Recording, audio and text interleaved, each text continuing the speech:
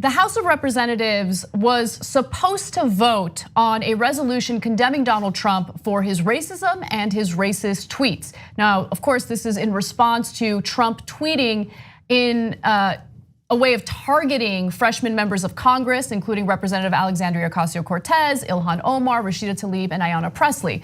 They're referred to as the Squad, and he told them to essentially go back to their own country when, as we know, 3 out of the 4 were actually born here in the United States, and Ilhan Omar was actually a refugee who became a naturalized citizen here in the United States. But with that said, the resolution or the vote was derailed by nonsense, an incredibly antiquated rule within the House of Representatives, which we'll give you more details about in just a second. But first, let's start with what triggered everything. These comments from the White House are disgraceful and disgusting, and the comments are racist. How shameful to hear him continue to defend those offensive words that we have all heard him repeat, not only about our members, but about countless others. There is no place anywhere for the president's words, which are not only divisive, but dangerous, and have legitimized and increased fear and hatred of new Americans and people of color.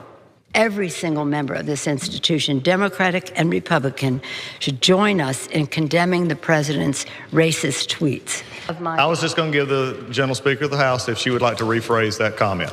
I have cleared my remarks as a parliamentarian before I read them. And take it. And I ask the words be taken down. I make a point of order. The gentlewoman's words are unparliamentary and ready to be taken down. The chair will remind all members, please do not make comments toward personality-based comments. The gentleman from Georgia is recognized. I made a point of order that the gentlewoman's unparliamentary and request they be taken down. So Pelosi correctly cited Donald Trump's tweets as racist because that's exactly what they are. But Doug Collins, of course, wants to protect Trump, which is why he interjected there. And I want to note that there is, in my opinion, an incredibly stupid and antiquated rule within Congress. I want to go to graphic 5.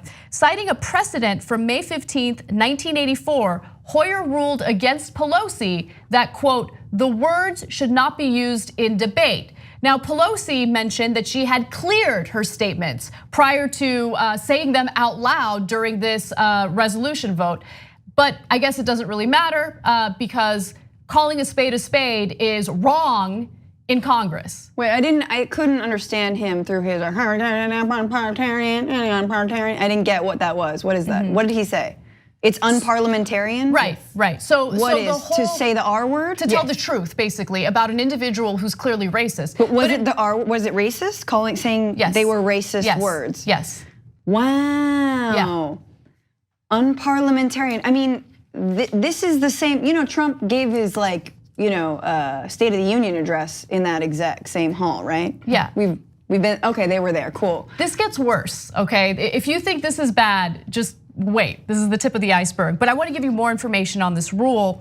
So under Jefferson's manual, the text governing procedure of the chamber specifically bars references to racial or other discrimination by the president. Remarks by House members cannot refer to the president as racist or the president, quote, having made a bigoted or racist statement. So that's what the issue was. So let me ask you something. What's supposed to happen if the president is racist? That one was. Right. The one who wrote that manual was. Right, yeah, I was like, this is Jefferson's manual? Slaves. Child slaves. Yeah, of all the people to have a manual, yeah, please don't talk about my slaves and my children. Anyway, that is also. The fact that I didn't even realize there's so many things, and that's what happens when you live in a country where those people are canonized and you're able to just delete all the horrors of their lives because they did some things good and some great things. Sure, they started this country. They're the founding fathers of this country. They're also racist, child rapists, slave owners, and they really shouldn't be celebrated. But that's what happens when you have a country that continues. We have giant mountains with their faces carved into them. When the country operates like that, this doesn't matter. You end up in 2019 with rules that were written by slave owners. Right. Wait, okay, so can we just read that again? Because it's that you can't basically bring up racism. It's not about. You can't refer to something that the president has done or said as racist, and you cannot refer to the president as racist. That is according to this ridiculous, antiquated rule. So, I mean, the whole point of getting members of the House together to vote on this resolution is complete and utter nonsense if this rule exists. So here's the thing.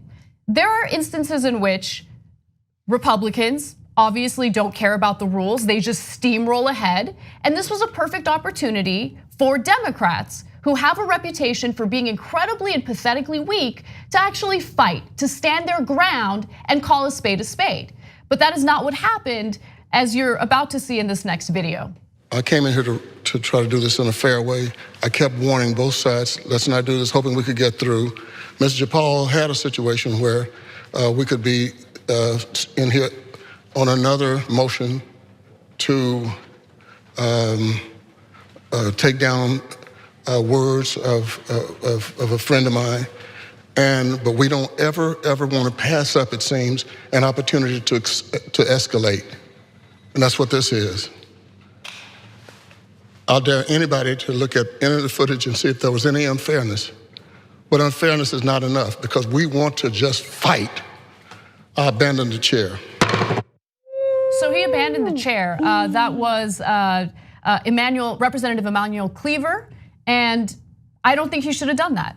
I mean, I think that he was in the perfect position to stand his ground because that's the right thing to do. Sure, he was pissed, didn't really know what, he was flustered, didn't know what to do. So everyone kind of knows, all Congress people sort of know this rule, which, again, this is a stupid I'm still rule. wrapping my head around the fact that What's gonna happen if you break the rule? What's gonna happen if you tell the truth about who the president is? A racist, which by the way, Pelosi referred to his tweets as racist, but apparently that's against the rule as well. What's gonna happen? Right. What's gonna happen if they tell the truth about who the president is? Can we just say that like the resolution of whether or not to call these statements racist is a little bit of a dog and pony show. Like I don't. This resolution, this vote in general. Yeah, just the vote in general. And I don't like, it brings up the fact that even the most minimal, even just a minimal slap on the wrist, this is not who we are. These are not the values that this country stands for. We can't even do that. Meanwhile, the president can spew racist things. We can never call them racist. So I disagree. I'm sorry. Okay. I just want to give a little bit of this insight because I think it is important to have this type of vote.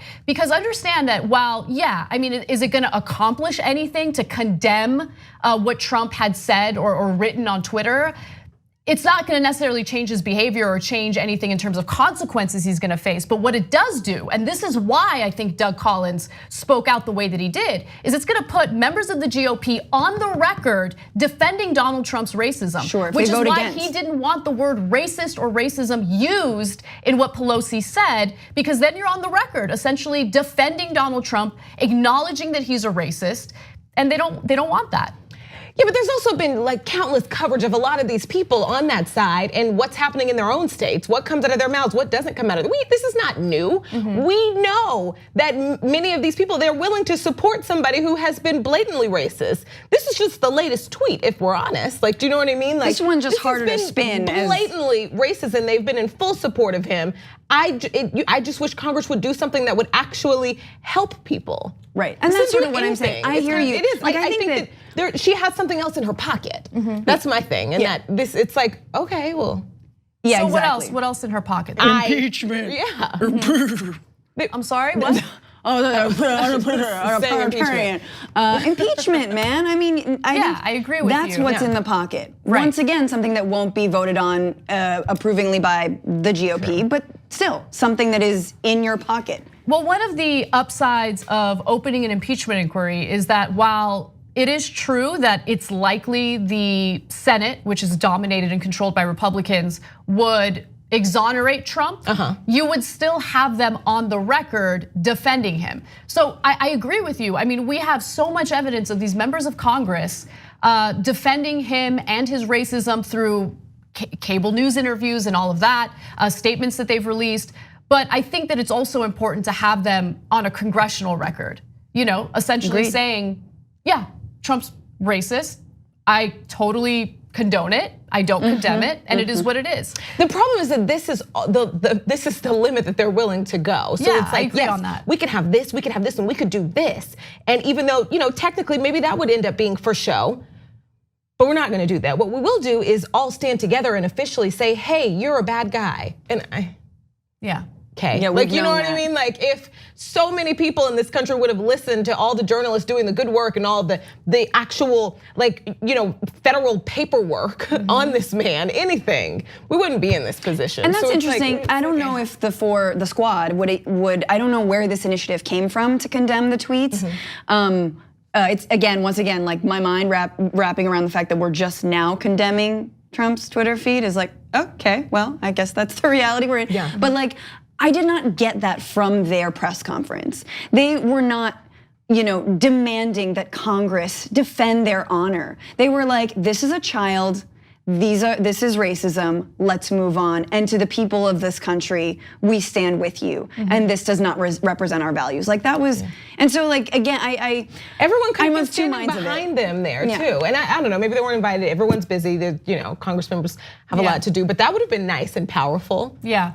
Look, I think that, so both things are true. Yeah. I think that it is important for them to do this. It's a principled approach, especially considering the calls to condemn Ilhan Omar and have a House resolution vote to condemn her because she disagrees with the right-wing government of Israel. So it's principled and I think it's important, but at the same time, I totally agree that this is a way of establishment Democrats to kind of, it's thoughts and prayers. Perk up their chest and say, it's thoughts and prayers, but try to make it appear like they're doing something. Yeah, it's like thoughts and prayers, and we don't want thoughts and prayers to stop after a tragedy. Right. It's just that nobody is satisfied with that. Sure. Yeah. I mean, you brought up an issue also that I think Nancy Pelosi being a trustworthy arbiter of this situation is kind of moot at this point after what did happen around Ilhan Omar and her criticism of the Israeli government. And then she was chastised by the Democratic leadership, specifically Pelosi, for being anti-Semitic. And then when there was pushback on that, it was like, okay, now there's a resolution to condemn all forms of bigotry, which I don't even know if that passed either. Like, I'm not even sure, but it was like, Pelosi, like less of this and more of like actual, I don't know what this is, but like action. Yeah. But I get what, now, because now I'm back in the middle, like it's like, all right. It just puts everyone in a bad position that like these crumbs, you gotta be happy for them. Sure. Oh yeah, but don't get me wrong, I'm not happy. I think Pelosi has been a weak, and by the way, Chuck Schumer as well, weak and ineffective leader. I focus more on Pelosi because she's the leader of the House, and you have a majority in the House of Representatives. You have an obligation, a responsibility during the Trump administration, especially to mitigate the damage that this administration does. Instead, the Democratic infighting really blew up last week because the squad refused to vote in favor of handing Donald Trump $4.6 billion with no strings attached for border security. Right. So she fought that more aggressively than she fought the Trump administration. So I totally agree with you. I'm not happy with the crumbs. That said, I do think it's a principled approach to call for this resolution vote. Like what you see? Click the subscribe button below and don't forget to ring the bell to never miss another video from the Young Turks.